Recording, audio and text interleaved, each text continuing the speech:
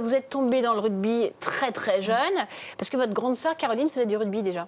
C'est ça, on a eu la chance d'avoir une grande sœur qui a eu une merveilleuse idée un jour de se lancer un peu dans le rugby. Elle a commencé au club de Villeneuve d'Ascq où on a grandi en fait et nous on allait la voir et au bout d'un moment on s'est dit ça a l'air super sympa aussi donc on s'est lancé ensemble. Votre père il faisait pas du rugby?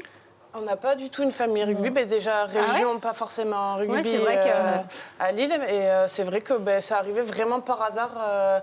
Après, il y a peut-être le directeur de l'école maternelle qui était passionné de rugby et qui nous avait déjà un peu mis le pied à l'étrier, mais on n'a pas continué. L'école maternelle, vous avez commencé à quel âge? On a commencé à 7 ans. 7 ans.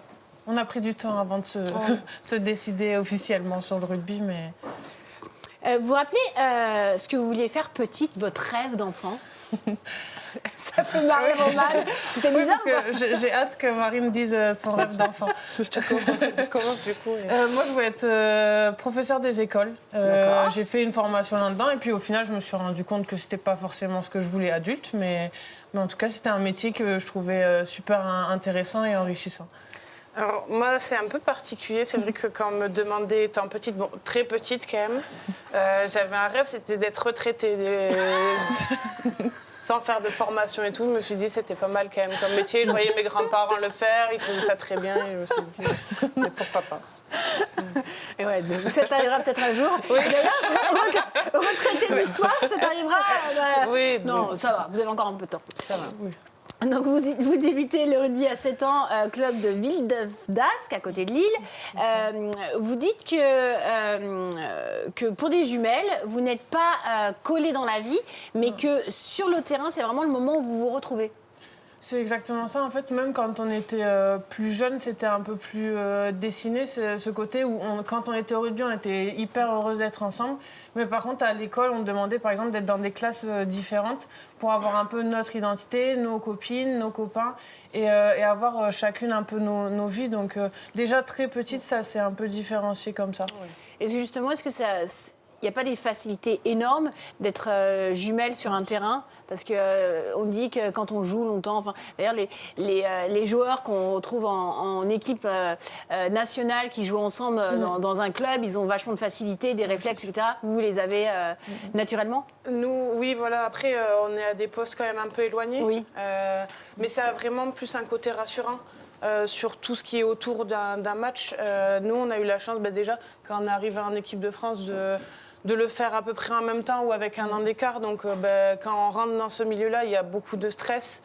Et d'avoir notre sœur jumelle, notre complice de toujours, qui est là pour les à côté, c'est vrai que ça nous a énormément aidés. Vous faites STAPS à Lille, puis Romane, donc tu es la première à être appelée en équipe de France en 2015. Marine, ça sera un an après.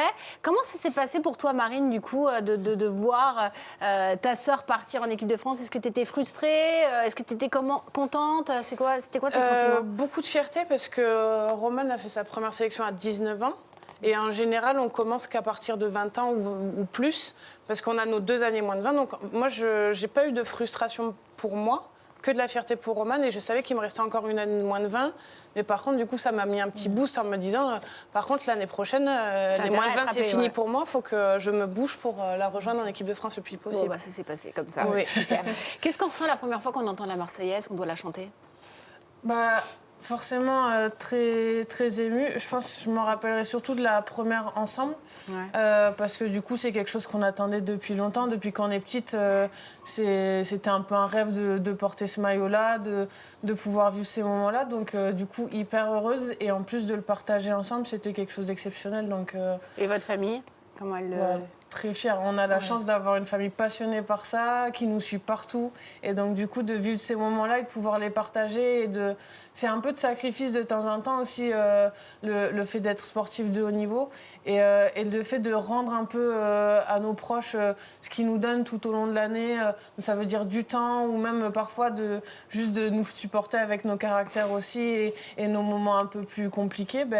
C'est de partager des moments un peu exceptionnels. C'est un petit peu un rendu pour tout ce qu'ils nous donnent. En 2016, c'est l'année où vous devenez championne de France avec votre club Lille.